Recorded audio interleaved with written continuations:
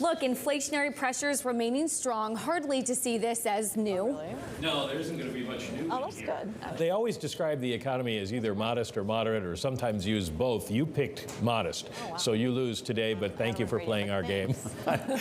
It is moderate. Economic activity expanded at a moderate pace since mid-February. The Beige Book says several districts reported moderate employment gains despite hiring and retention challenges in the labor market. Consumer spending accelerated, even though it was slower than in the past. COVID-19 cases tapering across the country. Manufacturing activity solid overall. And then they talk about employment. Moderate gains. Demand for workers continues to be strong across most districts and industry sectors, but hiring held back by the overall lack of available workers. And then finally, price pressures, as Taylor mentioned, remain strong since the last report. Firms are continuing to pass along swiftly rising input costs through to customers. Steep increases in raw materials, transportation, and labor costs, according to manufacturers. Well, that's good. I mean, if you're an investor, you're a company, that's certainly something you want to hear. But what's the sort of net effect of that? At some point, Mike, I would think the consumer pushes back on some of these price increases and that tamps down demand. Is that a worry? That's not a worry. That's a feature. That would be what the Fed wants to happen, that consumers pull back a little bit.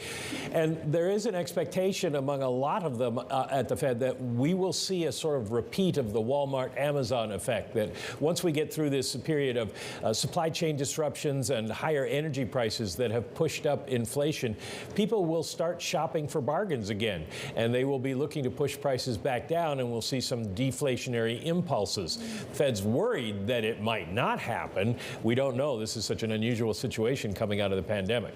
Mike, is it too early for the Fed to start talking about the housing market, the impact of short-term interest rates and long-term interest rates starting to rise on the housing market or the auto market or some of those very cyclically sensitive industries?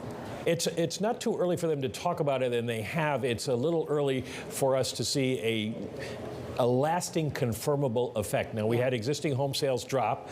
We've had mortgage applications falling for several weeks now.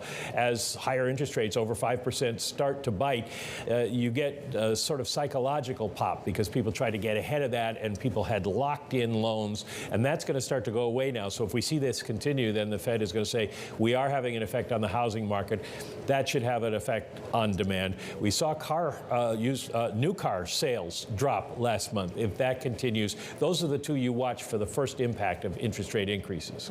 Mike, folding back into some of the market analysis, I'm curious what you're reading about real yields. We saw the 10-year briefly go positive. I was reading notes from Citigroup, TS Lombard today, saying that the Fed actually hasn't really begun the tightening with the negative real yields. You need to see those positive before we actually start to see like a quote real tightening of financial conditions. What do you make of that? Well, it is true, and that's what the Fed is going to be trying to do, is bring real yields up. It's a little bit different this time because with inflation as high as it is, it's pushed real yields way down.